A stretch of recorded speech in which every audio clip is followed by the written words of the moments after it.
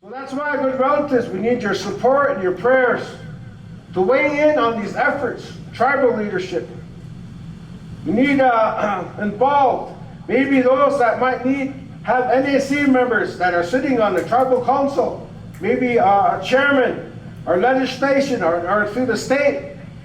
So we're drafting up some legislative lobbying materials for NAC members to take to their tribe for support. Maybe support from chapters on tribal nations will encourage everyone to read up. Updates are on Facebook. Everything NACNA is doing is posted. We are trying our humble best to be transparent and accountable to bring awareness to NACNA is doing. We are being productive in every way possible. We all know how much this holy medicine has done for us. The least we can do is speak up for it. Advocate the awareness, find the protection it needs in its natural habitat. NACNA is expected to call on Congress and the Biden administration for swift action in preventing further habitat destruction and misuses of the peyote. We are proud to announce that NACNA has submitted first time in organization's history congressional testimony in the U.S. House of Interior Appropriations Subcommittee. If funded, it will place thousands of peyote acreage under protection from root plowing and future development disturbances.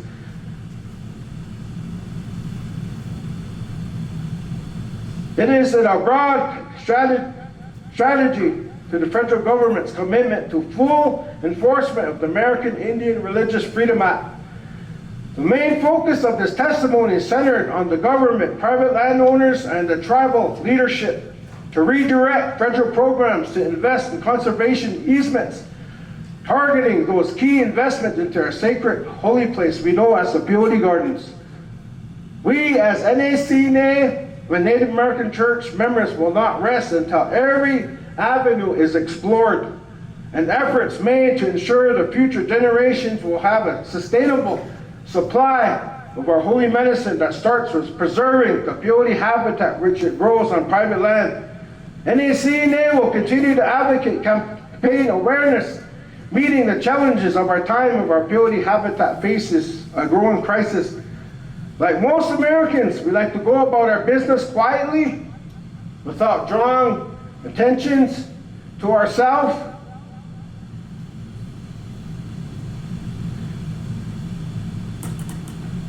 So we're trying our humble best, relatives. We all know this way is wonderful, beautiful in Creator's eye. We must carry on the good ways our relatives left for us. Exercise the prayers, teachings, rekindle. We need to activate. We need to get recharged, rejuvenated, motivated. This holy medicine, the elder expressed all of this to us, all. So we got to do what we got to do, relatives. Collaboration and unity would be awesome. Just think, all the members, over 300,000 nationwide, if we could all get on board and all be in tune and open up our minds and hearts for all our proposed resolutions, our testimonies, how awesome that would be. We could make our way of life as good as we want it to be. We need to voice. We need to be all one mind, one heart. We can all be strong and united. ARFA, that has done a lot for all this good these all many years as NAC members. I think we are ready for the next step, relatives. What you think? A change for the future. We need to speak up, advocate the awareness of what really is going on, what's really happening out there.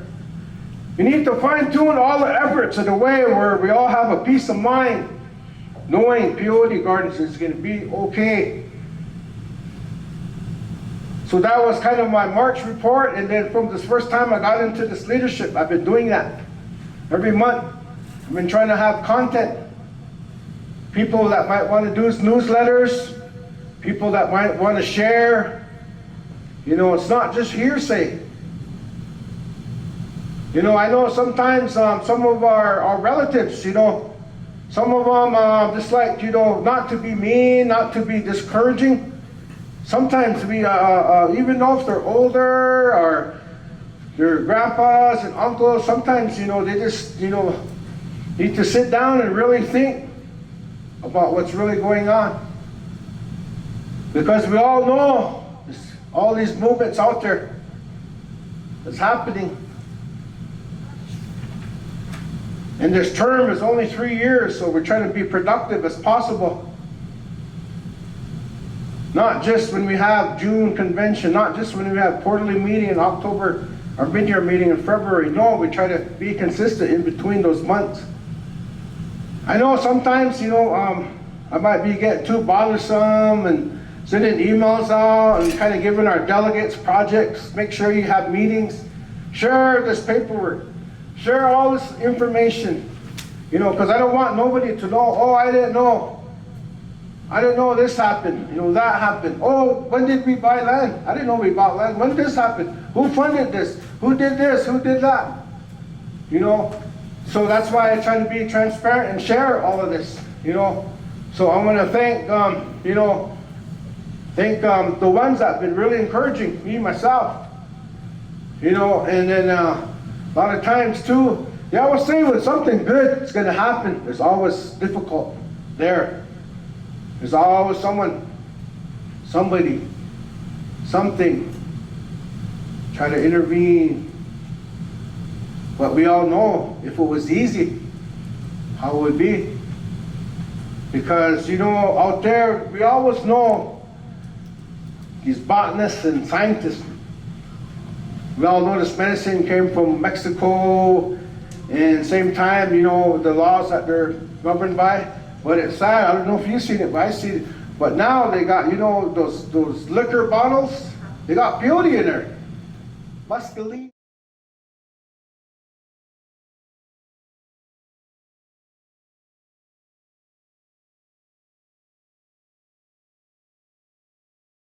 Good morning, Yate. Anasko. Chicago, Shitenado, Sheltahas, Winklo. Ado and the Daesh, Dayon of Senegito. Anasko Yate, he didn't live. Ado and the Daea. I don't ench Senegi, but they don't ench.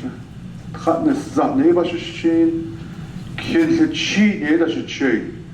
A sheen, Ada should not. Oh, yat he didn't do this. Beda kegit twin of Senegido, son in of Senegido, the next son such cage cane of Senegido, quaggy. A sa a lenigi, quabit getting his of quaggy. A can he didn't do this. Arnold Scott. Ado in the ya called a ben Yeho Agido, Sitsile, John Brady. Yat good morning. So Ado in the ya quaggy. So Neligido Shana Mr. Holgate Ado Shitado Elroy Ado in the Shema Colleen Neto Yate Yaha Qued officers no so Native American Church of North America Incorporated. Around the 8 chapters, though, and the affiliate chapters, no Sinigido, Que, no Sonigido, I know your officers, no Sinigido, good to see you here and be in attendance.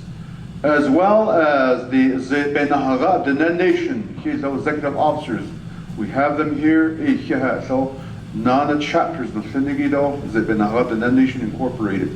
Edo, and Hidini, Ado ya Beshmata sa anacho kung shanan lenigi Elmer Brigade kono nakhani yasle nan shawedo Mr. Avery Denny the Nehat Khati Association edo kwed ya in hitwalon leho Ado shinat ani da no shenigi so if I didn't recognize you, then maybe we'll recognize you as well.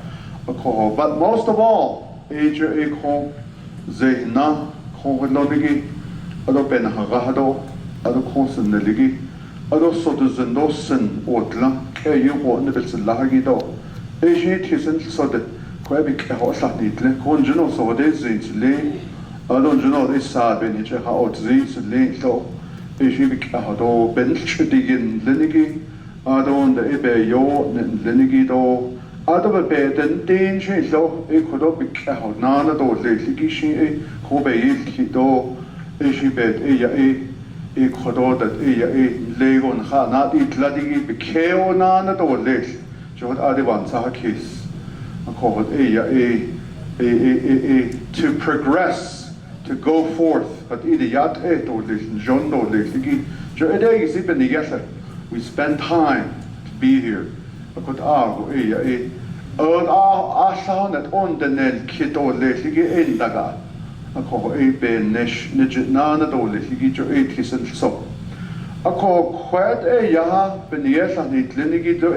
It's a report to kind of apprise you of what is happening here.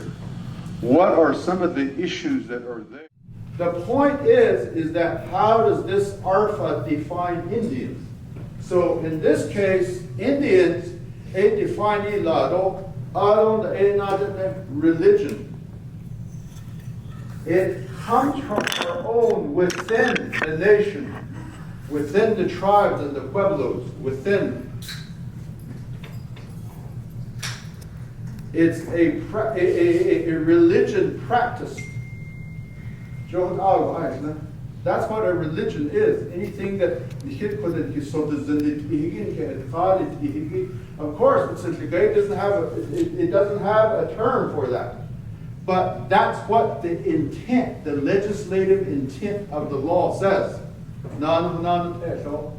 So that's what it means. Any religion that is from within the nations. It also says that bona fide ceremonial use. Bona fide ceremonial use. So you have a definition here of an Indian tribe, then you have religion here. Now, it just didn't say as a religion. Peyote has to be used in a bona fide ceremonial use. So what does the legal term or terms mean for bona fide? What does bona fide mean?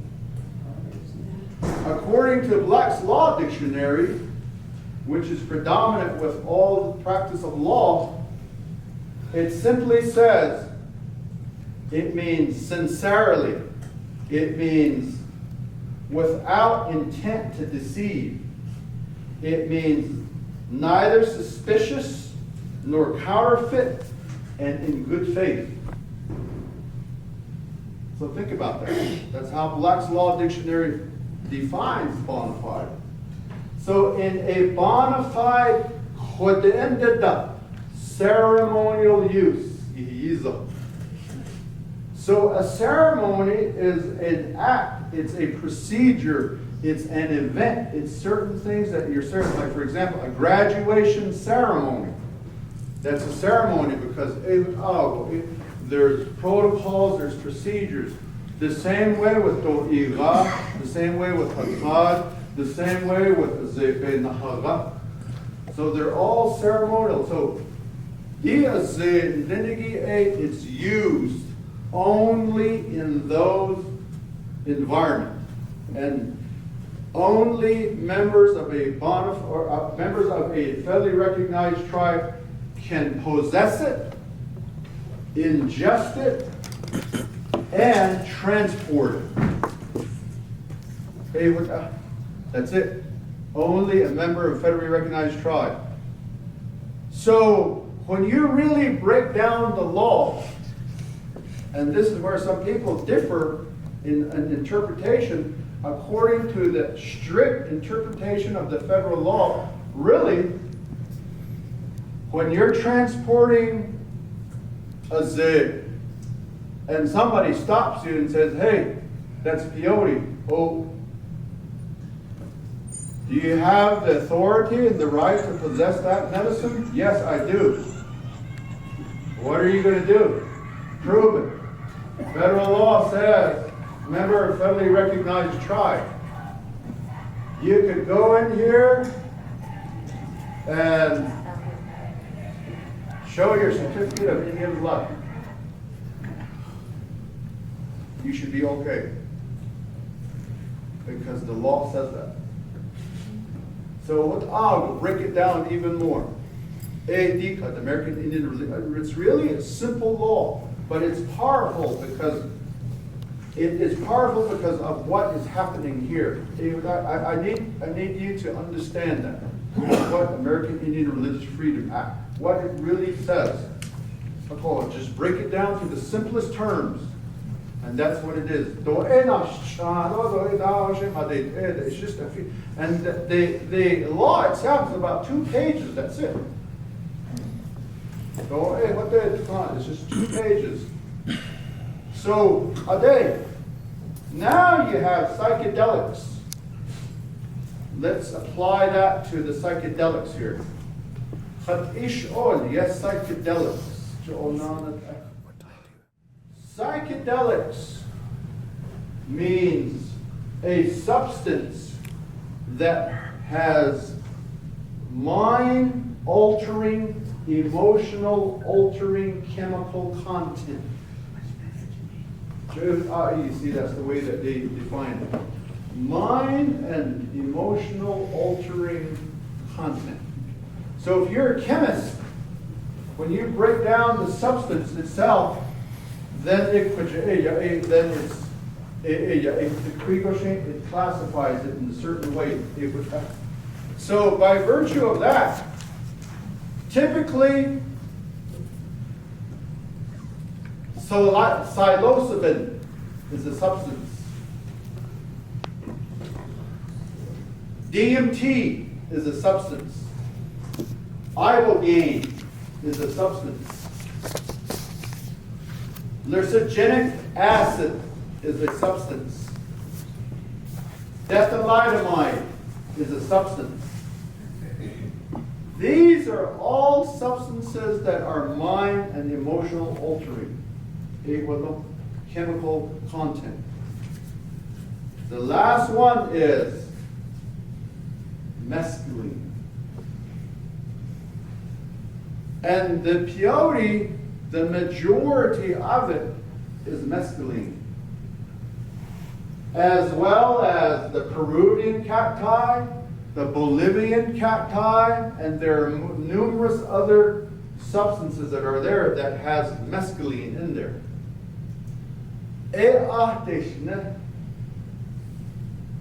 Psychedelics. They call it psychedelics because it's used to alter the mind and the feelings.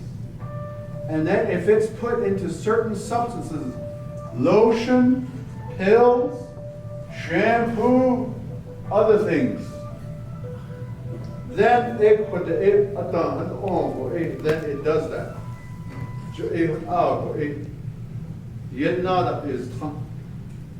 Non-therapy, let's say that my son here, Severe, comes to my office and I'm a psychotherapist and he needs some help.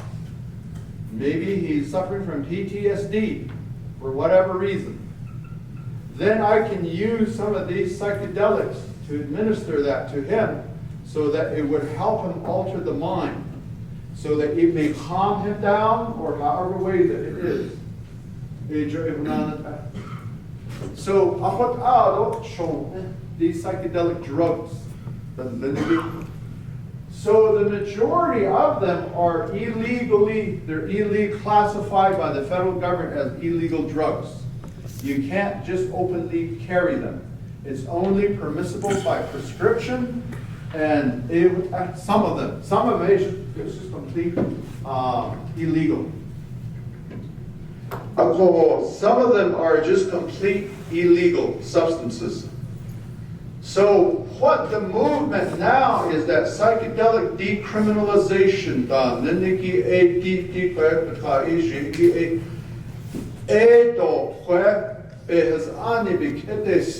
illegal.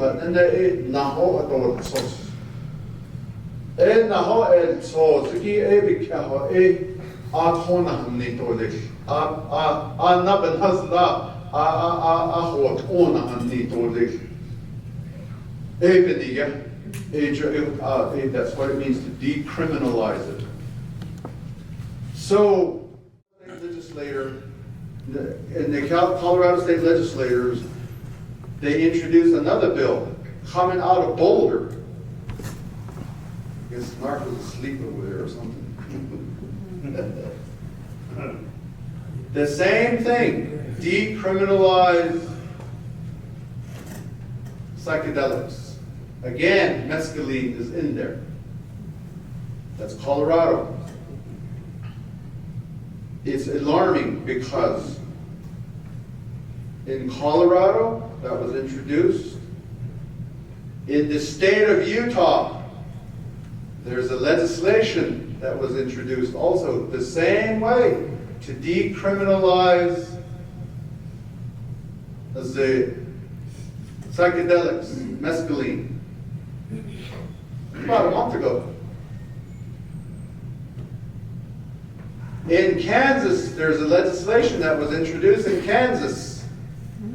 Next door, in Missouri, there's another legislation to decriminalize psychedelic drugs. In Michigan, there's a bill in the Michigan state legislators. The state of Washington has 2 legislations introduced in the state of Washington. In Vermont, there's a legislation that's in the Vermont state legislature. In New Hampshire, there's another legislation. In Connecticut, it's even coming from the governor's office, and there's another legislation in Connecticut that has been introduced in the last year. It's alarming because it's no longer just a one bill that's there in California. Legislators,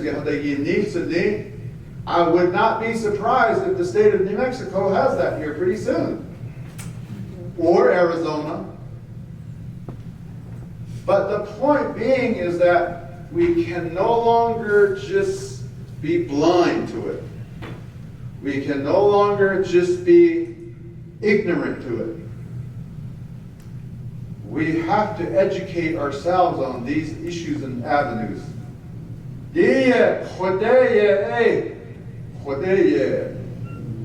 And again, imagine, and I think my brother put that example out there. Are we going to, hey, we're going to have a meeting here.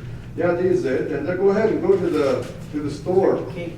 Maybe go to the cannabis store or something. Maybe on the further side of the aisle, get about 20,000 bigger house every toy out of such an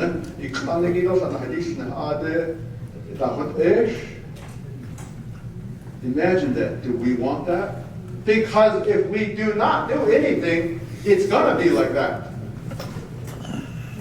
The United States House of Representatives passed legalization of marijuana just this past week. It's before the Senate. One of the most conservative members of the United States Senate, who is retiring, Senator Blunt, says, I think it's well worth the Republican Senate to take up this bill and seriously consider it favorably. So we can no longer rely on the Republicans to help us anymore on some of these issues. So now, that's one. That's where we're at with psychedelics.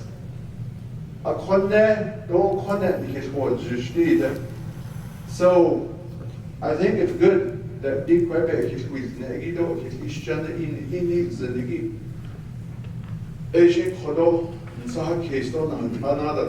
so there's another totally.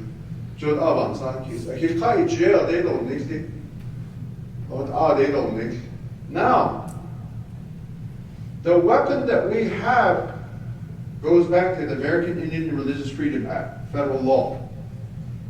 That's still good law. That's still the best weapon we have right now. But guess what? If we have enough House of Representatives and Senators there, they can even amend the American Indian Religious Freedom Act. So we can't just really rely on it. We have to keep reminding Washington, say, hey, you're talking about our religion, you're talking about our ceremony, you're talking about our way of life here. We have to keep that conversation before them. And so that is the reason why there's an effort by my brother's team over here with the National Congress of American Indians, plus other lobbying efforts that is in place right now to keep that focus to say, this is still sacred to us, do not bother it. If you need to be educated, we will educate you. Now, let's go to the plowing. So, back to the psychedelics. There's an economy that's there. Anytime a Lagana wants to make money off it, they don't care about prayers, they don't care about ways of life. Hey, they do it either. Just so that they can make a profit off of it. That's the bottom line, is the profit. So there are already pharmaceutical owners who are producing soap and other analgesic creams that are already putting their investment into this. That's what's happening now already. They're already out there. So, on the other hand, you cross the border, cross the Rio Grande River over here. These people are in poverty over here. They're in sad shape over here. They're trying to do something. And guess what? They are being told that what you have over here, it's bountiful. There is just fields of peyote over there. You could sell that for a cream. Let's develop this over here and import it into the United States.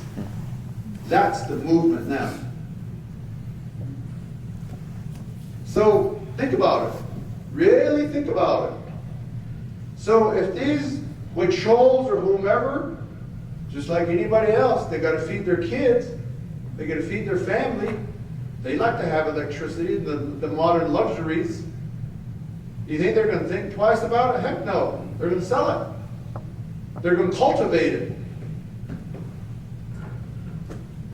That's the problem that we have here today, a concern. That's why it's a crisis. Now, you have the lands that are in southern Texas. It's being plowed. The rate of plowing and the rate of regeneration versus the rate of consumption is like this now.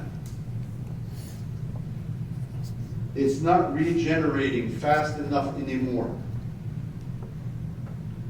The other problem is that the land needs a lot of education that needs to be done there. Within the council, within the executive branch, and within the judicial branch as well.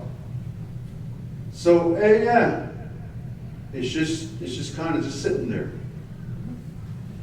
So my first question is that, why is it that our leaders can't just say,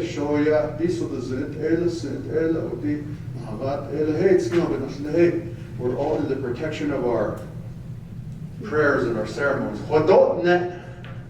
Yeah.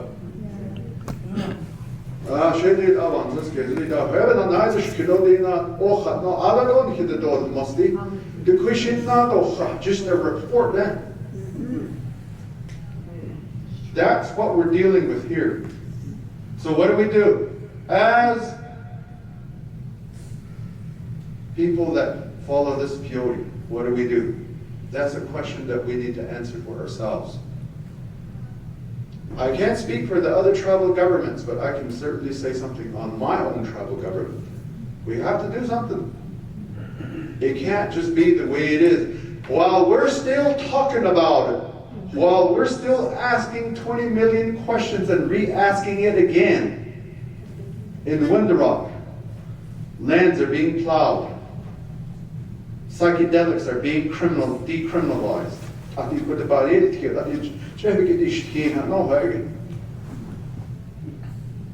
So, that's the issue before us. And again, I said it has something to do with our ceremonies. Because our ceremonial practice, our ceremonial activity, our ceremonial aspect, we can't continue to separate that either. We can't just talk about the plant no more. Because it has every aspect to our ceremonies. We can't just say, Yeah. no way, we're talking about ceremonies, we're talking about medicines, we're talking about sacred sites. It all comes together in the eyes of the law. We can say that all we want, but when in the eyes of the law, it's all equal. Give you an example of a ceremonial issue that's there. When you go down this road, Loya, past Bloomfield, go towards Albuquerque, way over here, you see a big old sign that says Chaco Canyon. Chaco Canyon is deemed a sacred site. So, thereby, there are people that say, do not drill here. All you allottees that have oil rigs on your allotments, we're going to cut you off because you're going to disturb the Anasaza over there. That's what they're saying. Cut you off now. Because it's a sacred site. The Pueblos are coming in and saying, that's our sacred site too, don't bother it. All you gas developers, all you oil developers, get out. We can't have oil production, gas production, no more. Because it's a sacred site, that's our ceremony right there. Okay? Sure. Go with that. Makes sense. But by the same tongue over here, you have 485,000 visitors that go to Chaco Canyon every year. And the federal government and the Pueblos and Navajo Nation makes money off of it.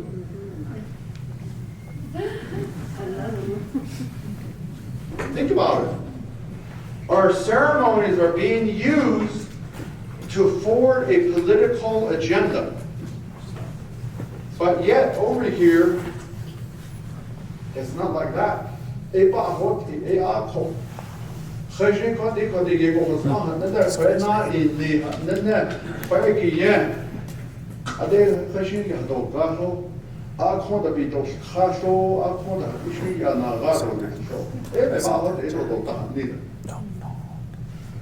That's what is going on. See? Well, in some cases. So our ceremonies are attacked like that. It was so ceremonial. If it's so ceremonial, so sacred, if you guys are all into this sacred site, go down the same road and look at Zanal. How many cell towers are up there? How many TV translators are up there?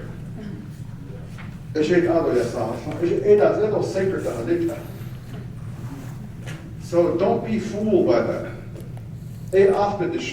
There's a sacred site argument to be made here as well. There's a ceremonial argument to be made here as well. It's no longer just a plant, no more. We're talking about ceremonies. So it all comes together. And so I think that the movement now is, and the strategies, they all are related to one another. So we have to do something about it.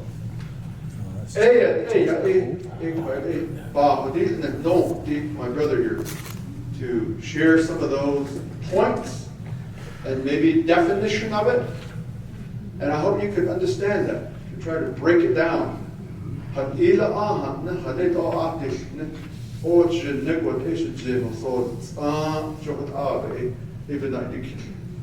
So that's what's happening here. So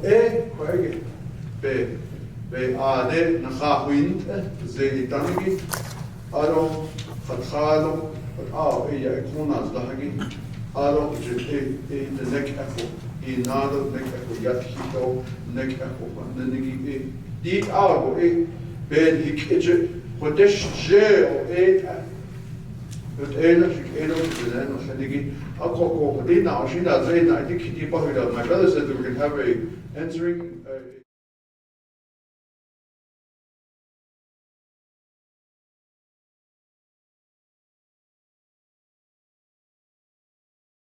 I don't know if we're in morning still, but I wanted to say good morning to each and every one of you. I hope for being here. And us northern Indians, natives, we always hear about how tough Navajos are today, people, and sometimes they get scared to come down here, And I told them this is a good place to be, and you guys welcoming us. It's how we treat the NAC members when they come up north. I want you to know that everybody goes all out best we can, and it's how we make relations, how we love each other, and how we think about it. And so for us, you're on a collision course with history. Even this little gathering here, it's history. You're part of it, this beginning, what we're trying to do. And this board here, I want you to know too, we all get along with each other real nice. I'm not on this board, I'm just one committee, but we get along real nice, and we try to pray for each other's families. We pray for what you're doing down here. Whether you're affiliated with NACNA or not, it doesn't matter to us. We're all prayerful people, we're all Native American church people. And I think we've got to get out of that kind of mindset. So I want you to know that when Joe and Elroy, Justin, Wilson, when they come up north, it's really a special thing. They give us a lot of good blessings. Likewise, we want to do that for you while we're here. I come from the Oglala Lakota people on the Pine Ridge Indian Reservation. Also was raised in Wind River, Wyoming. And I was telling my companion, we were driving down from, we're just right around the border of Canada where the agency is, Fort Berthold. That's where I reside. We were driving down, we talked the whole way coming down here, and when we got closer to this river and this San Juan and Shiprock and all the way here to Farmington, I was explaining to her, I said, this very fertile land here. And before they messed this river up, and days of old, I said they really knew how to hurt these people here, these Dene people, when they cut down their apricot trees, their peach trees, when they destroyed those orchards. Kit Carson and those people, that wasn't his idea. He didn't know how much that was special to Dene people. That was his scouts. They wanted to kind of strike that hurt, and we went through the same thing up north, and we come from people that had actual warfare with this government from the 1850s all the way to 1890. And how they beat us, it was scouts they hired, and that's how they found our villages, that's how they destroyed our buffalo herds. And I was explaining to her, it's the same thing. They wanted to take that away, and when they put us on these agencies, the first thing they did, even before they took our guns away, our rifles away, they took our horses away. That was the number one. And they take your food away, your rifles too. So you can't hunt, can't be a man, can't provide for your family. You're just 100% finished. You're dependent on the government. You're dependent on all of that. That's how they kind of tried to break our backs. And I was explaining to her that when they took those orchards away and destroyed them, that's what they were trying to do. And why I'm only bringing this up now is because what he was saying about this root plowing, that they're plowing away the habitat, they're destroying this habitat, and it's the federal government that's providing federal subsidies to the ranchers and the farmers from the Department of Agriculture. So they're actually paying them to plow up their land, and it's under soil conservation. You guys should know about that too, right? Soil conservation. When they took your sheep herds away, your cattle, all that back then, that was under soil conservation. They destroyed that, all that beautiful stock you guys had once upon a time. Not trying to bring up bad memories, I'm just saying this is reiterating, this is real. So we come here in a good way, relatives in a good way. And I'm happy to see each and every one of you. And my uncle was saying, I said he looked older. I didn't say that. I said he looked like Roberto Duran, that boxer. His beard was longer and he had a mask on, and he kind of has a swag when he walks, like a strut, like a council delegate, you know. And then Brother Justin too, I said, you know, these black people, they're famous for their one big time lawyer, that Johnny Cochran, the one that got OJ off. I said, the black man has Johnny Cochran, the Indian has Justin Jones. Yeah, give him a round of applause. Then my brother, Pancho, nobody teases him back home. They're scared to tease him because he's a big wheel up there, you know. But I tease him. I said, I come in this ballroom and these chandeliers, they scared me. It looked like Titanic, that movie. I said, you better not run us in a ditch or sink us here. We got stuff to do here. We can't go down with the ship, you know. So, and then my other brother, Elroy, we love him up north, and his wife, you know, we really cherish it when they come up. And then Colleen's over there, helping us along too, the way she knows how. So we're a good team. I want you guys to know that.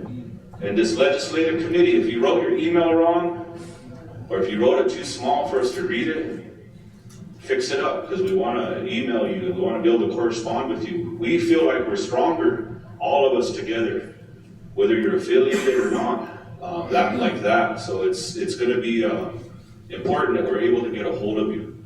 And then come up. Father's Day weekend, make your journey on up north. We're going to take care of you. Really nice. It's going to be really nice. So I lost my ability to read anymore without these glasses, and I just got them, so I'm kind of getting used to them. So I'm going to stumble along, but just be patient with me, because I'm trying to learn how to use them, and it's a little process. You know, I was retired for about a decade. The only thing I did was this National Alliance to Save Native Languages, and all the federal legislation we worked on for Native language money and all of that. That's all I did anymore. I just was happy to be retired. I was up there in Fort Berthold, and brother asked me to get involved in this and to come out of retirement from Indian affairs, from Indian education, all of that. Come help. And I told him, I said, I'm really glad you did that, because there's a lot of men and a lot of women that aren't involved. They're just sitting in their home fires and their homesteads and their areas, wondering, you know, what's going on? What are we up to? How are we going to make a difference? What are the concerns? What's this crisis that people are talking about? But they don't have a way to get involved. So we want to create a pathway for you to get involved. And that's why it's really important to have your contact. It's really important that we meet like this. And so he allowed that. And about a year ago, they put a teepee up at the Peyote Gardens down there in Miranda. And they had a delegation come from the Northern Plains. They went down there to pray with Brother John. And the prayer was that this organization here would get back on track. And that they would get back to their original founder 75 years ago. What that prayer was, what they wanted to take care of this medicine, put all the differences aside, and just be advocates for this medicine. So they prayed about it. And then when we got to the convention, and they tried to cancel the convention, it was going to be in Wisconsin, but we said, we'll do it. We'll reach into our own pockets and we'll go pay for what it takes. And so we did, and it went in Bismarck. When it come to that convention, the Native American church people had two choices. One was to stay on the current path and where that was going, or like he said, turn a page and start a new chapter and go down another path. And when the vote came in, it was almost unanimous for this president here. So give him a big round of applause, because that's the faith that people had in him. Almost unanimous. And when I use that big fancy word, a mandate, it was a mandate for change. And then throughout the convention, the delegates passed a conflict of interest resolution. And what that said was that these elected leaders have an oath of loyalty to this peyote, this medicine, and the voice for this medicine. No other conflicting loyalties. Nobody over here with their millions of dollars can buy them off. They can't be on other boards. They can't sit on other committees way over here. Can't be paid. Have to be volunteers. have to be loyal to this one here. Also this one here, and the laws that come under that. So this conflict of interest resolution passed unanimously. Then we had another motion for the formation of a legislative committee. It passed unanimously because we say we can't do all of our work on 1 or 2 days out of the entire year. How is that fair to this medicine? That we think as human beings we can come together for 1 day or 2 days and fix everything up. Be good advocates. It's impossible. We have to work at it every day, the whole year, for multiple years. So we formed this legislative committee, and then they appointed me the chairman of it.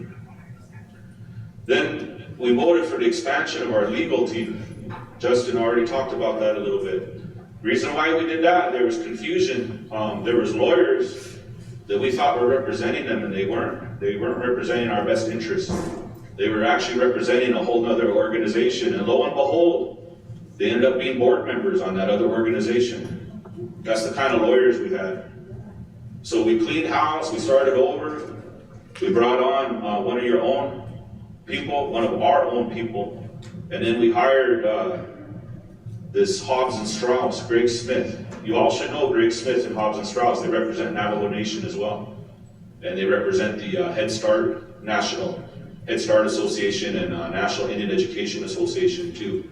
So I'm giving you a little bit of background, just kind of leading up to where we are here. And what we did at that convention was remarkable. And it led us to where we're at today. And the first thing we did, if you can get into your, I know there's not enough, so make friends with your neighbor or share, but the little packet we have, I want to draw your attention to it. I'm just going to run through these as quick as I can. My brother Justin, he's kind of mesmerizing me with his hand motions and his professorial language, and it was real awesome, even when the mic went out. But this, I want you to turn the page, and the first page, when you turn out the packet that we passed out, is this resolution, National Congress of American Indians. So Navajo Nation refuses to join the National Congress of American Indians because they want to maintain their independent voice, and they don't want to have a bunch of little tribes in California or Alaska watering down their voice. And I think that's good. That's an important thing. Nevertheless, what we've been saying all along, we have to have tribes involved, and we have to create a mechanism for a voice of advocacy. So many years ago, my late father, Crawford White, he asked me to kind of put something together, a resolution at National Congress of American Indians to go after preserving some land, and this was back in 2009, and creating a reserve or a refuge for peyote. And what he said was, he goes, you're always with NIEA and everything you're doing, but I want you to kind of do something over here. So we put this resolution together, and this is the first one in your book. And it says support for Native American Church of North America and their ability to harvest peyote. And it's just a real simple resolution, but it names NACNA, and it kind of gets into the access issues. It gets into availability of medicine. Mind you, this was 11 years ago. The problem's only gotten worse since then. But one of the things that this resolution did was it created a task force, a National Congress of American Indians task force on peyote preservation. All of you are welcome to join that task force. And we'll let you know when they have the next meeting. Poncho's the co-chair. The other co-chair is the chairman of the, is Oliver Ponca, or the Ponca tribe, Oliver Little Cook. And then Don Davis from Chauvin, from Fort Hall. Those are the co-chairs.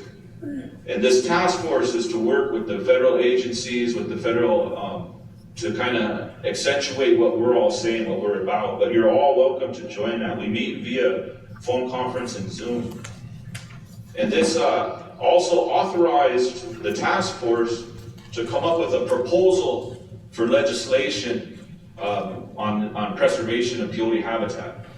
or the creation of a Peyote National Park, or a refuge, or a preserve, whatever word we want to use to call it that way. The second one I want to draw your attention to, this one just passed, and it's the second one that's in your booklet. And this one says, affirming support for American Indian Religious Freedom Act as amended and calling for federal preemption as it pertains to legalization or decriminalization of peyote and its byproducts. And this one, resolution, was a result of this executive committee here and the peyote task force put this resolution together. And this one's really nice because it talks about federal Indian law, and it talks about federal Indian law supersedes state law or local governments that want to do initiatives or do things of that nature. And it calls for the White House Council on Native American Affairs in coordination with the Department of Interior, the Department of Agriculture, the Department of Homeland Security, Drug Enforcement Agency, Customs, Border Protection, Environmental Protection, and any additional federal departments and agencies with relevant responsibilities to convene and conduct a review of federal programs to determine culturally sensitive approach to facilitating the protection of peyote habitat and the restoration of peyote populations in the wild.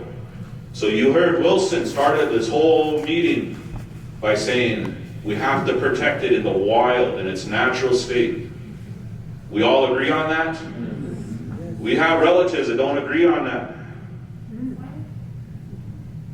They're being funded by what he was talking about, the soap guy, Dr. Bronner. They're investigating how do they cultivate it in greenhouses and produce it that way.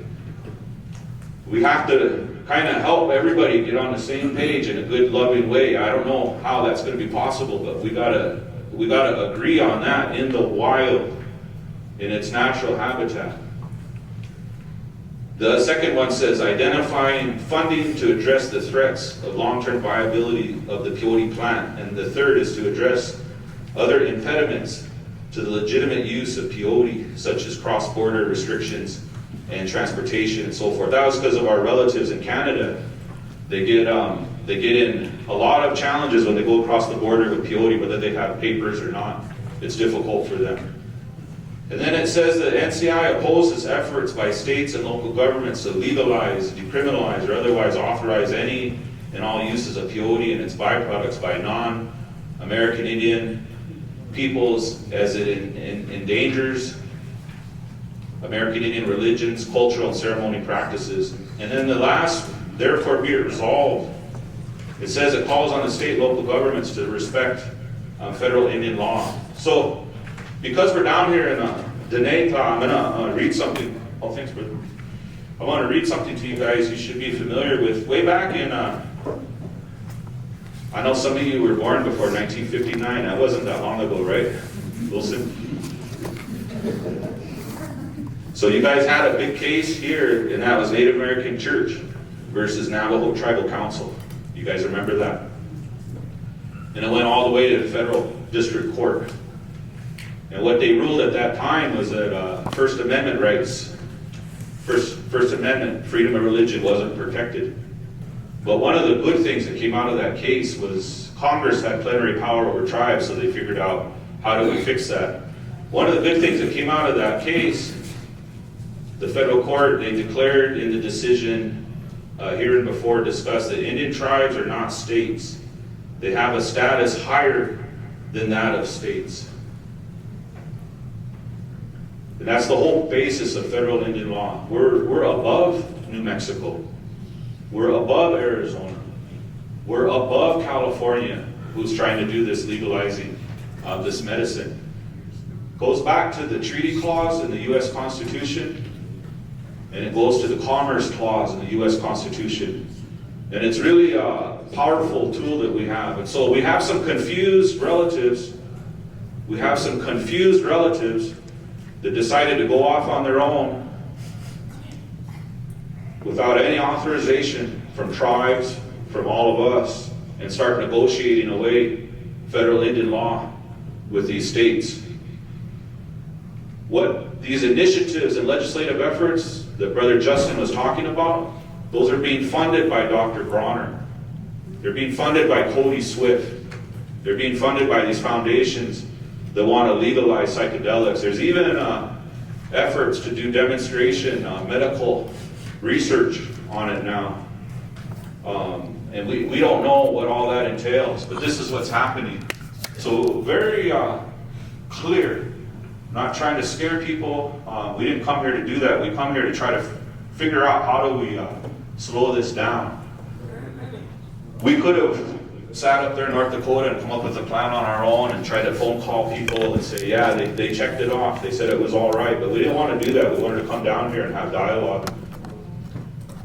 What this resolution says is the federal government has to step up and they have to take control and they have to go, even if they have to sue these states on our behalf because of their federal trust responsibility to the American Indian Religious Freedom Act, that they're abrogating that if they don't step in and sue these states or at least threaten lawsuit on them for trying to legalize peyote, or as they so cleverly disguised it as mescaline.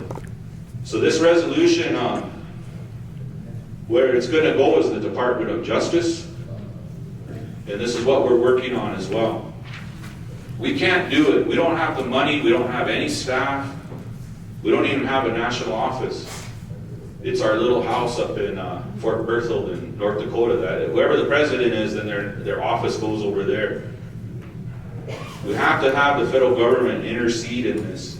And we have to let our relatives that are on the wrong side of history, we have to get them back under this umbrella too. We brought this war bond, and also I want to just draw your attention to it because this one here, yeah, you can hold it up. This one here, this comes from our part of the country. And what it symbolizes, it's chieftainship, it's like a headman, it's like the leadership. So it goes around with what we're doing as well. And it also means these eagle feathers, when they all stand up like that, it's all of us standing together in unity under that direction. So is that so hard? We all agree. The only thing we don't agree on is how we're going to get there. How are we going to protect this? So we're kind of coming up with some ideas for you to think about, but we want to hear your ideas too, and I'm going to get to that. And this one, like I said, where we come from, we tried our best to preserve freedom, and we did what we could, for that. And then we had to eventually settle on reservations, on agencies. But we still have our chiefs, we still have our societies, we still have our medicine bundles, we still have our sacred articles too. And when peyote come along, we just brought it all in together, where it all worked together. And what we're fighting for now, I really like it because we have a chance to push this forward into the future. But if we sit on our hands and we do nothing and we just enjoy the what we have here today and we don't worry about down the road, it's not going to be there for us. So this one too, this voice for this advocacy, it comes through the structure that we created. Anybody out there that wants to go run off on their side and go talk to their congressman or run off on their side and talk to their senator, good luck with that. Good luck with that. Because today, it's a new day and we started asserting our voice through this congressional testimony and what we, I'm going to get to this too, but what we wanted to do was starting to organize our voice at the federal level and to not be afraid of it. So those of you that worked on the amendments to the American Indian Religious Freedom Act that passed in '94, that didn't happen because we were off on the sidelines just doing our own thing. It happened because they organized, they came together, they met, and they came up with a plan for how it was going to look, how it was going to be. So what we're doing is no different than what those guys did back then. And then you take it back even further, 44 years ago, when the original American Indian Religious Freedom Act was signed into law. And there's something a lot of us don't know because we go about our busy lives and we don't always study these legislative efforts. It's federal policy. It's not a choice. Secretary of Interior Deb Haaland, she doesn't have a choice. It's federal policy to preserve and protect American Indian religious freedoms. This is one of them. There's many more. You guys have been hurt hard, you know, by what happened at San Francisco Peaks. You've been hurt with Bears Ears. You've been hurt on a lot of different fronts. And when you guys lose a case, you lose a Supreme Court case, it doesn't just affect Dene Nation, Navajo Nation. It's a precedent. It affects everybody, all tribes across the country and all of us. So whether you like it or not, we're inextricably linked. We're all together. We either go up together or we're going to go down together, but we're all together. There's no way around it. So we're trying our best. And like they said all day long, we can't get anywhere without you. And you're, I don't know what that report said, Justin, that law and order report or what, but we, I'm confused myself on why it's so hard to figure this out. And we need your guys' help. And I know the council delegate, he'll be back here in a little bit, but there wasn't that long ago before they made the council delegate smaller. Remember when it was the big full body? Wasn't that long ago. It was really easy to pick a phone up, get on the committee chair's agenda. Your Dene Education Sovereignty Act, you guys all know about that? I helped with that. Leland Leonard Chi was the chair of the committee then. I come out here, helped with that. Then we took it right up the chain. President Shirley, before that, Lake Kelsey Begay, I worked with him. I worked with Albert Hell. I worked with Peterson Zaw. I work still to this day with Peter McDonald. Not many people living here in Indian country can say that anymore. But what's happened now, what he was saying, the tribe's so big, there's so many buffers, there's so many, I don't know what you call it, there's so many levels you gotta get to just to get to somebody.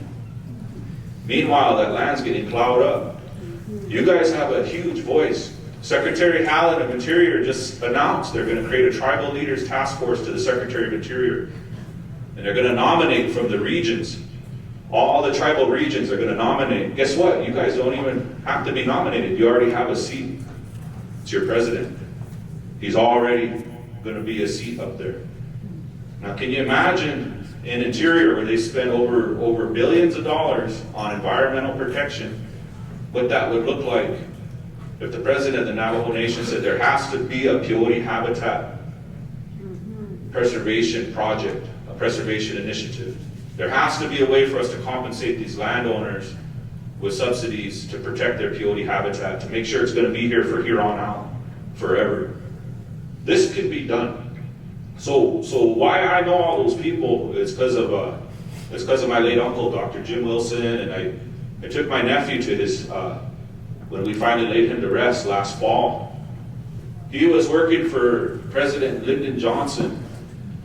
You guys remember that Office of Economic Opportunity, the War on Poverty. Yes.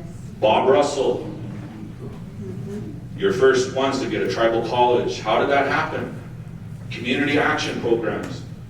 Your first Head Start programs, your first ones that were able to contract with the federal government without the BIA having a say on it. That's how far we go back. And that imagination, that creativity, that having a thought, having a prayer, and then putting it into action, that comes from you guys. You guys were trendsetters once upon a time, way over there. And it helped all of Indian country. It helped everybody. What was accomplished here, even with tribal schools, even the idea that you could own your own educational destiny. Where's that spirit anymore? This is what we came to see. And by evidence of your presence here today, it's happening.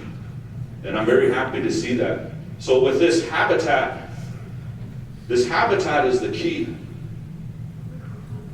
And we have to figure out a way to pay these guys more for preserving it. And in a way, they get paid twice. If we can get this program through Congress, they're going to get paid to preserve it, and then the Piotero is going to pay them to have surface harvesting rights too. To me, that's a good deal. So we know the Villavana, that's what they understand, right? This one. Now, maybe a time in our history where they didn't get what they wanted. When they put their mind to it, name me a time when they didn't get what they wanted. And they'll figure it out. They'll figure out a way to take all your water away if you guys don't fight for it. They'll figure out a way to take your jurisdiction away. I know you guys are new to casinos and gaming, but they'll figure out a way to take that away when you get too good at it, if you don't fight for it. And that's all we're doing. We're not fighting over peyote. We're fighting for it.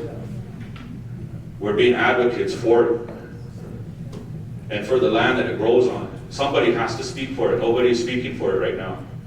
So this is our team. And this is what we're doing. We want you to join the team. Whether you affiliate or not, come up to the convention, come up with us.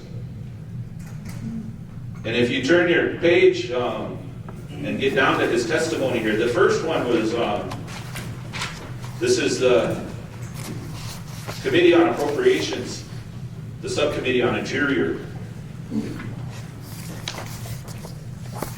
I know we're on the Mexico side, but who's from Arizona here? Okay, good, I hope. So you guys, way back when Congressman Renzi was in charge, he was on this committee. So you go to places like Tuba City, you see the facilities over there, you see all of that comes from him on this committee. So Interior has an appropriations subcommittee. They determine the entire budget, not just the Bureau of Indian Affairs budget, but the entire budget for Interior, the Interior Department. President Biden, right out of the gate, signed an executive order called America the Beautiful, and it was to preserve 30% of the land, 30% of the water in America by the year 2030.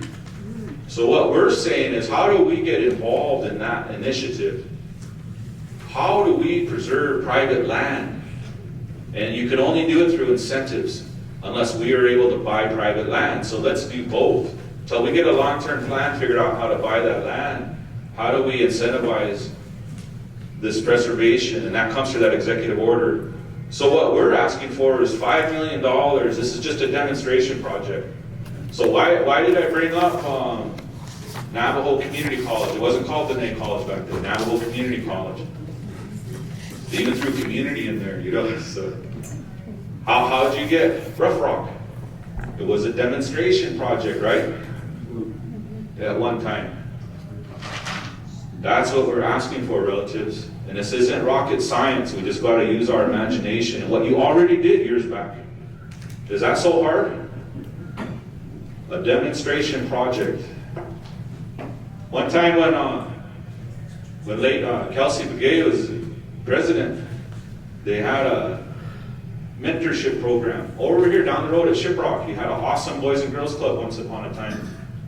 Boxing team even girls on that boxing team. That's why us Northerners are kind of scared to come down here. So Kelsey, we worked with him to get a grant from the Department of Justice, and he funded all Indian Boys and Girls Clubs through Navajo Nation for a mentorship program. We had over 100 Boys and Girls Clubs across Indian country at one time. That's imagination. How do we do that? It wasn't by being mean and staring at each other. We figured it out. He also had a day of prayer, traditional Navajo, Christian, Native American church. He did that back in 2001. What made him think of that? This one here, unity. Bring everyone together in prayer. What if Navajo Nation decided to work with the EPA, these tribal environmental land water conservation fund, and contract with them to administer this grant if we were to get this money? $5 million, it's not going to us. This is going to the private landowners to pay them and commit to preserving that land and surveying it and all of that. You have to think like that. We have to think like that. And I want to ask my brothers, Steve Benali and my brother, to join us. Those guys over there, join us. Let's approach the nation together. Let's talk about all this. Andrew, my brother Andrew, join us. Come over here on the right side of history and join us. Let's do this together. Everybody come together. Is that so hard? On behalf of this medicine? Is that so hard, relatives? We can do it. We can have everybody together and do it in a good way. And that way, your president's not going to be confused about who speaks for who or how do we do this or what. We can do it. We could put everything over here. Let's do it together in a good spirit. So that's what this testimony by President Brady, that's what it says. It's asking for this demonstration project. I'm just using those old examples because you've already been there. You already plowed that field. You already were pioneers in that. And it talks about trust responsibility. And I'm gonna read something else out of the original American Indian Religious Freedom Act. This is one more thing we're asking for. So this passed in 1978, and it was a broad statement of policy about Indian religious freedom in the form of a joint resolution between the House of Representatives and the United States Senate and signed by President Carter. It was a significant congressional action in support of Indian cultural autonomy. It placed the responsibility for implementing it on federal departments and agencies. So that means Congress placed the trust corpus, the trust responsibility on the administration. Whoever the president may be, it's his responsibility with his agencies and departments. And one of the things in section 2 of it, it said the president shall direct the various federal departments and agencies and other instrumentalities responsible for administrating relevant laws to evaluate their policies and procedures in consultation with Native traditional religious leaders in order to determine appropriate changes necessary to protect and preserve Native American religious cultural rights and practices. 12 months after approval of this resolution, the President shall report back to Congress the results of his evaluation, including any changes which were made in administrative policies and procedures and any recommendations he may have for legislative action. This is also in President Brady's testimony. So we're asking to look at their policies and how they affect it. And the Department of Agriculture, who's funding this root plowing, that's one of them that we're asking for a review in. And then it asks for a demonstration project. And why we're calling it demonstration is because eventually we want a new law that'll fund it perpetually. So the Land Water Conservation Fund, $1 billion in that alone. And there's a bunch of other conservation funds and preservation funds in interior and also in agriculture. $1 billion. Guess what? 100% of that $1 billion goes to the states. There's no tribal set aside. And they're doing things like preserving, I mean, this makes me laugh, but Civil War battlefields. Because somebody's cow got shot here by a Civil War bullet. Or this fence or this marker goes back to the 1860s or something. And they think that's old, right? Over $1 billion. So what we're saying is, we want our fair share. And we want this one to be the recipient of that through the private landowners where it grows on their land. We want our fair share. And we're going to start with 5 million, but it's going to go up and up.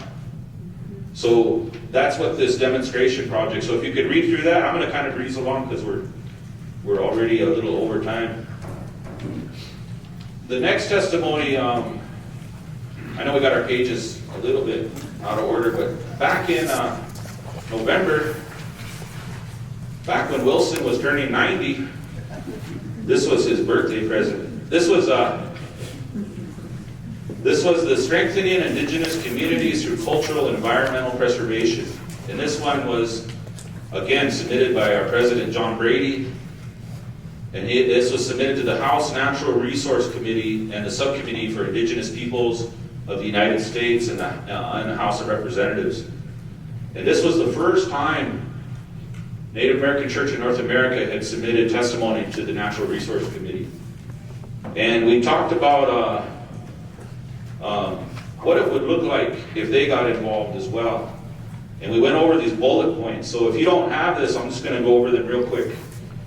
But it talked about authorizing a tribal set-aside for peyote habitat in the Land Water Conservation Fund, facilitating meaningful program with NACNA and federal partners of the Land Trust Alliance to secure impactful conservation easements for peyote habitat, authorizing a significant tax incentive targeting private landowners with peyote habitat wishing to engage in peyote habitat conservation, increasing access to peyote and creating targeted approaches to peyote habitat conservation across agencies comprehensively, addressing the loss of peyote habitat, increasing understanding across agencies as causes surrounding peyote habitat loss and its correlation with the diminishment of religious freedom in the Native American Church, increasing peyote reintroduction within suitable habitat and increasing the percentage of existing peyote habitat that is producing and supporting peyote in its wild, natural state, breaking down and removing barriers that impede private landowners'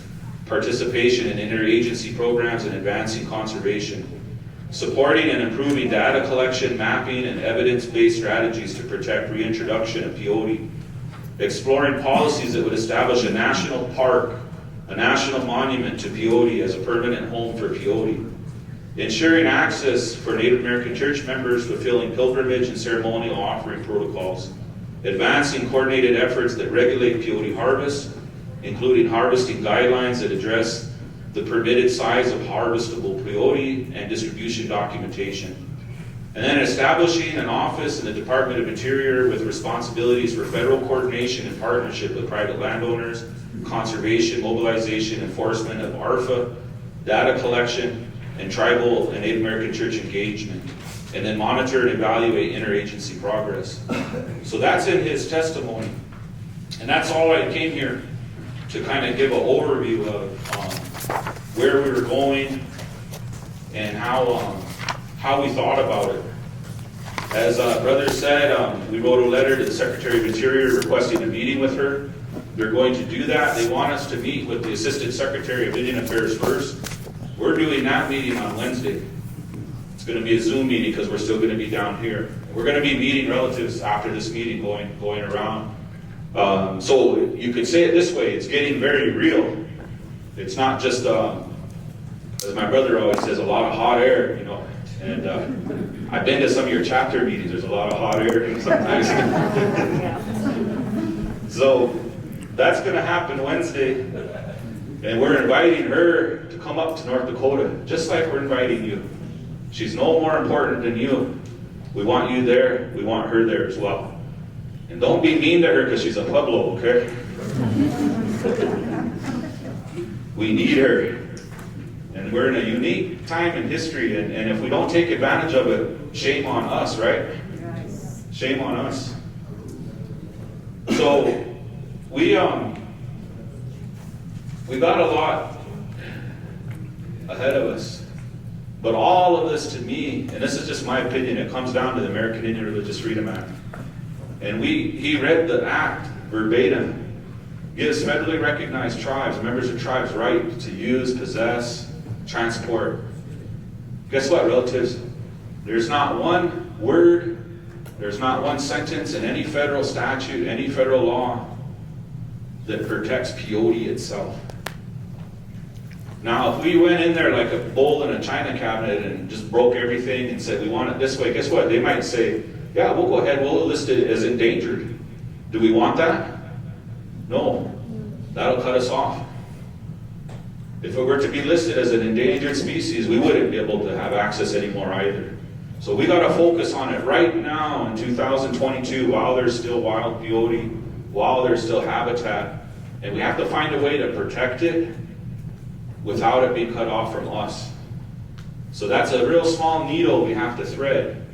And with all the good, bright minds and the ceremonial leaders praying and having their ideas about it, we know we can get there. We know we can get there, but we can't get there without you. So that's my short little presentation, and I'm really happy to be here. And I always enjoy coming down here too.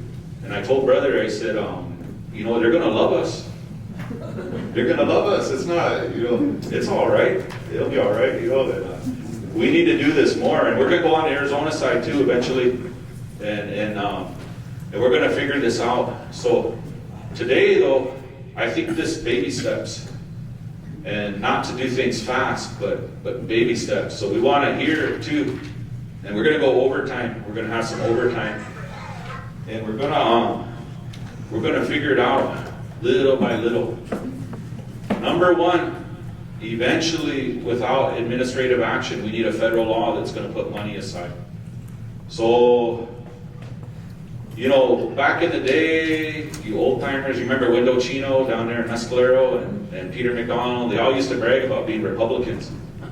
They weren't Republicans, they were people that supported what Lyndon Johnson and OEO was already doing, which was contracting with tribes, empowering tribes. Nixon's policies were the same as Johnson's, and he had the same staff implementing those policies. But things are going to change in November. Things are going to switch. Look how much time we wasted already. I don't say wasted, we've been going 100 miles an hour, but all of us together, we should have already had a bill up on the hill. But we can't do it on our own. We got to come and talk and hear what you guys have to say, but we need a bill that's a set aside for this habitat preservation program. So it's codified forever in federal Indian law and funding behind it, and our fair share of money behind it. Over here, American Indian Religious Freedom Act needs to be modernized, where you have those protections, where you have access to courts, where you're not going to go through what you went through with San Francisco Peaks. That's a whole bigger thing there. And somewhere along the line, peyote has to come in somewhere where it's going to be protected. And what's happening with Department of Agriculture funding the destruction of peyote, that has to stop too. Well, who's going to stop it? We have to. There's nobody coming to help us. There's no real bright Einstein, Bill Lagana lawyer that's going to walk in here and save us. Do you guys believe that? It's not going to happen. We got to figure out ourselves. We're all we got left anymore. And you know, that census come out. They said there's 4 million Indian people, Native Americans here in America. 4 million, right? Then you go on some lands, like, I'm not picking on Fort Berthold, but that's where I live. There's 17,000 tribal members. Out of that 17,000, maybe there's 200, 250 that actually pray in our traditional ways, that participate in this, that believe that way. And it's like that on every reservation. It's not getting better and bigger, it's getting smaller. There's less of us. There's no one, it's just us. It's just us, and we got to figure this out on ourselves, on our own, with help, with advisors, but we got to figure it out. And we can't wait. There's a sense of urgency. We need to move with purpose and conviction. So I'll just leave that little bit, and we didn't sink, brother. You know, I like these chandeliers. You guys are eclectic people, you know. I look all traditional with the wood, and I come in here and these chandeliers, you know. I liked it, you know. So we're a phone call away. I can give you my email is really easy. You could email me. It's oglalawilson@gmail. oglalawilson@gmail. And then my phone number is 701-421-4258.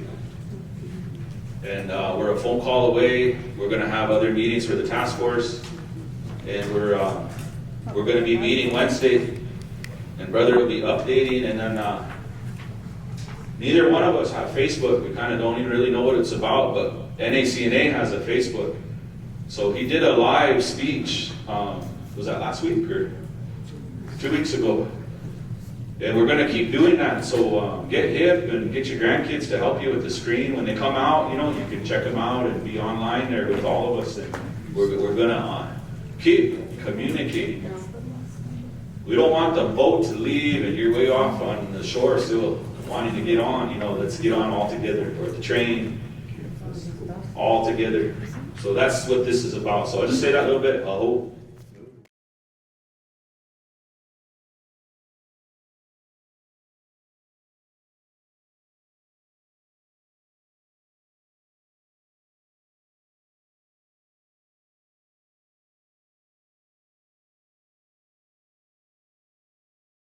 Experiences. Thank you, and thank you for taking the time to help us out here, Native American Church North America. And then the executive officers, Leanne Pancho, Chitado, Mr. Holgate, Otto Citadel, Elroy. Thank you, and then the other executive officers. Then delegates at large too, from Arizona, Mr. Woodie. Thank you, Arizona delegate at large for Native American Church of North America. Otto Shnantado, Mr. Begay, Council Delegate, Edo Padilla. Edo, thank you very much. Otto Shnantado with the Medicine Man Association. I always listen to you. I know you have YouTube presentations. I enjoy listening to them. Otto Shnantado, nice seeing you again. Thank you. We have other organizations in here too. From the state of New Mexico chapter, we have one of our officers in the back, Mr. Clint Scott, Ado, and then his wife too. Thank you. Good to see you here. We also have Kelvin Charlie. He's also a member of our church. Ado Quishin, Couldn't Haskam, Arshanado, Hania from New Mexico, the NACNA chapter or organization, Mr.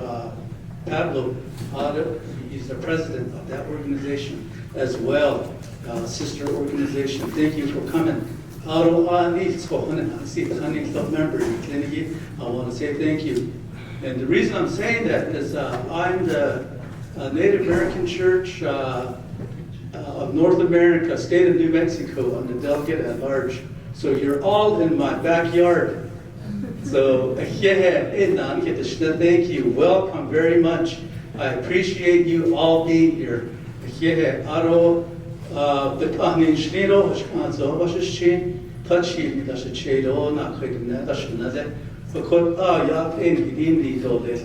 And then good discussions, good updates. I heard a couple of things that we don't want to reinvent the wheel. If it's not broken, don't try to fix it. And then also, my brother here, Mr. Wilson, was also indicating that this is not new. This is something that already has been done. So that to me was clarified. 1994, ARFA Amendment sent, there was a big movement like this.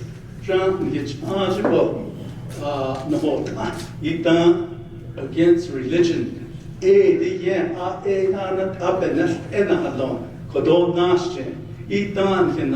Peterson za nkahatsi ikodolana what out ni njondo des no ya yes tigi isna egi anahalon Mr. Nezda what President Nezda nkai zemo njondo des jo what isna aro beshpa sa aneto last week Shanash Yadastio, Yadasti, Aita, Ajiko Benahata, Zeniki, Yadasti, they want to work through executive order.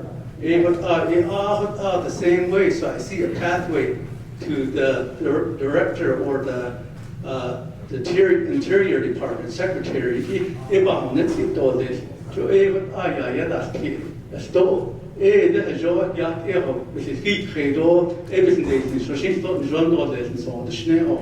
so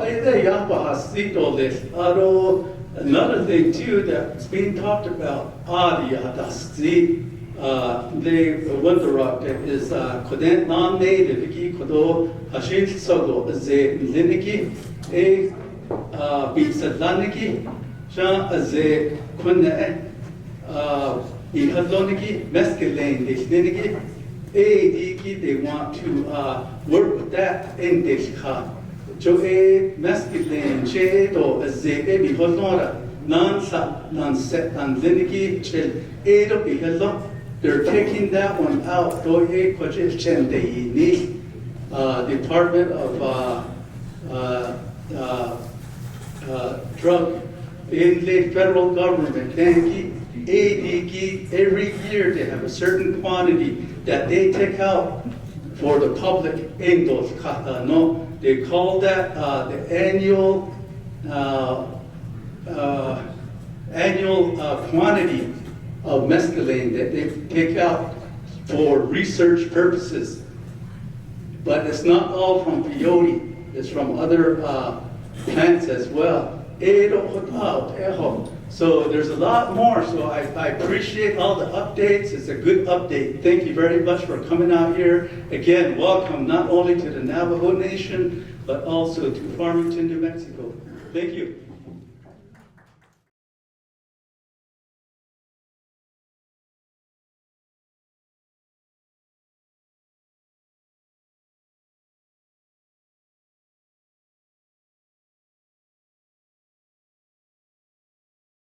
To support what we can support. There's an idea they had to import medicine from Mexico and replant it, reintroduce it. To me, this is my opinion. I thought that was a really good idea, if it's possible. You know, but this idea of research and clinical trials and synthesizing it and getting this other pharmaceutical industries involved in it and where the money's coming from. Follow the money. Follow the money. That's not what we're going to be a part of. And that's what our resolution said. It was a conflict of interest. We said, basically, you can't run two peyote meetings at the same time. We're going to go with this. And the prayers that those old guys had way back there 75 years ago. So but what he said, we all have to collaborate. So that's why we're here. We want to, and we want to find what we all can agree on and move forward. And then we also want to hear your ideas on this Religious Freedom Act, how we could strengthen it. I just wanted to say that a little bit. I'll make it short. Once upon a time, I said,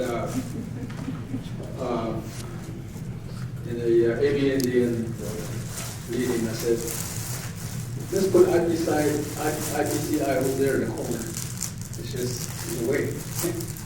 I said that at one point. And I pretty much understand what you just said. You know, it seemed like we're just following the money. And that's not that's not our intent. And so my name is Emmett Johnson. I'm the president of Northern Navajo chapter under President Naga of the Nation, District 12 in Chippewa. One of my questions is what Mr. Jones was talking about. He made a really good presentation about, he explained the weapon of Air Force 94. And so, at the next job, we're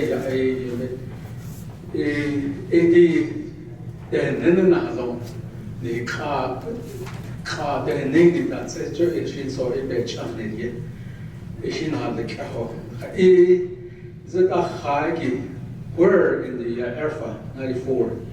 It is psychedelic decriminalization. He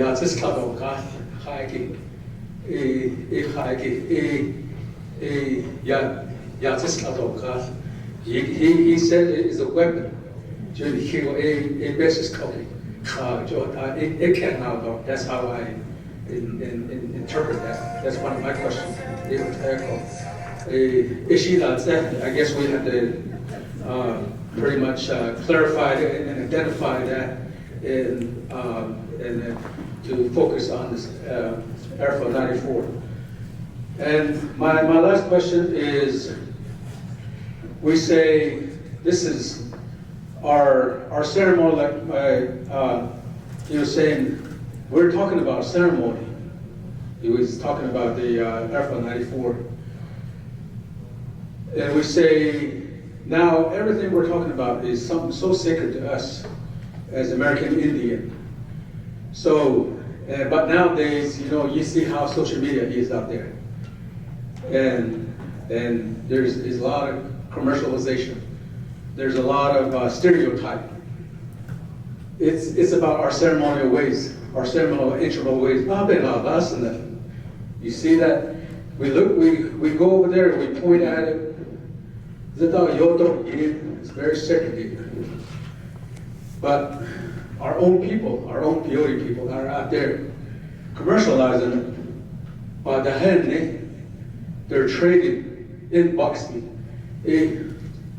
What can that, how can that make things complicated for us or this movement we're trying to make? That's it. Because that was said. But that's it.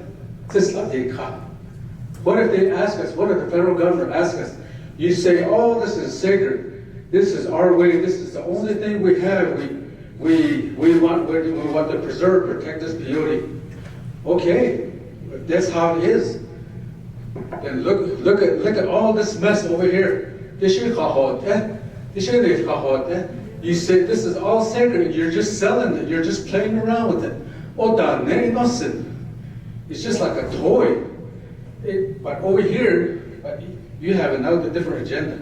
Explain, what if that question comes to us? How do we come forth to that? Thank you. Okay, thank you. That's a good question. A lot of times, I guess, we spend so much time just talking about things that should be either a question or to make an excellent point. And I think that sometimes we get lost in that. But the question that was posed here, equipment, I think, and I'll answer it in Navajo. The American Indian Religious Freedom Act was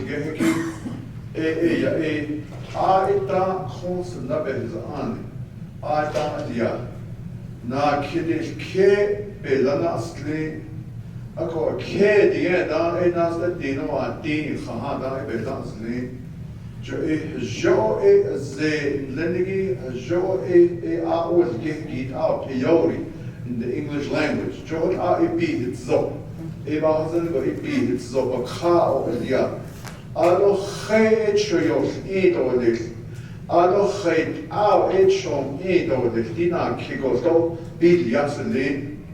Ako chay etchoyos edo de ebetse ishklishn lendegit ya chajo kweke di bedilchin khane na ajot agents oda zesto chay di gishi be betel a di betsen ishklishit jo di de be bahs ado de Yiyad olik, Yidlad olik, Aro ne led olik, Aro Khodo da ebets asabe ben harada bin salade, Khodo bestahad dolo, le ki bekaj bestet dolo, le khaj edogrash, na harab niya, or is it is out of the care, the gathering of nations, then Java in Dakar. For ceremonial purpose, Ojit Odat, Ojit Ladot, Ojit Yado, so the Zendona Halagi Pan Ateno,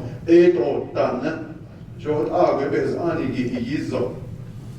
In a bona fide ceremonial purpose, Jot Adipendiga, a call a D, but says today, what Ede Ba, what did Yadu Tlado, Ne Ledo. Chodode da hede do lech na hanga beke je hot a be ba ho ero da ko tin lego ze ho don ko do ka ale ne do lech je be beke ha ho ya se le ko ta ako ko a ita ko ba kha a ita ko se la a ita ko ye ya be ani ko se kin do sa ho ne da a sa ki ta Ako di khoje juti bezani bayesh kige Washington China.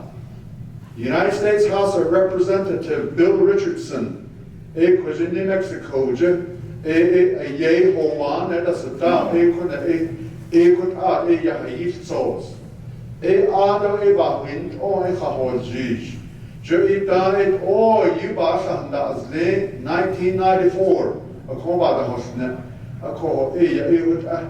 American Indian Religious Freedom Act amendments, public hearings of the United States Senate, Chairman of the Senate Select on Indian Affairs, Senator Inouye from Hawaii, he was chairperson. Public hearings on there were testimonies that were given all over Native American Church of Navajo Land Incorporated.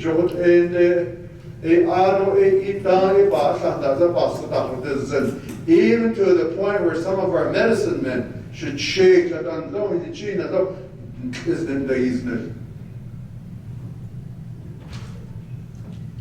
That's where we came from. So,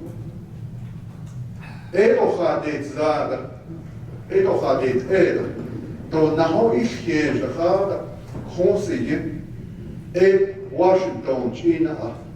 Ako tipe is ani anno koko le Washington lebe is ani keden khan de kitsen.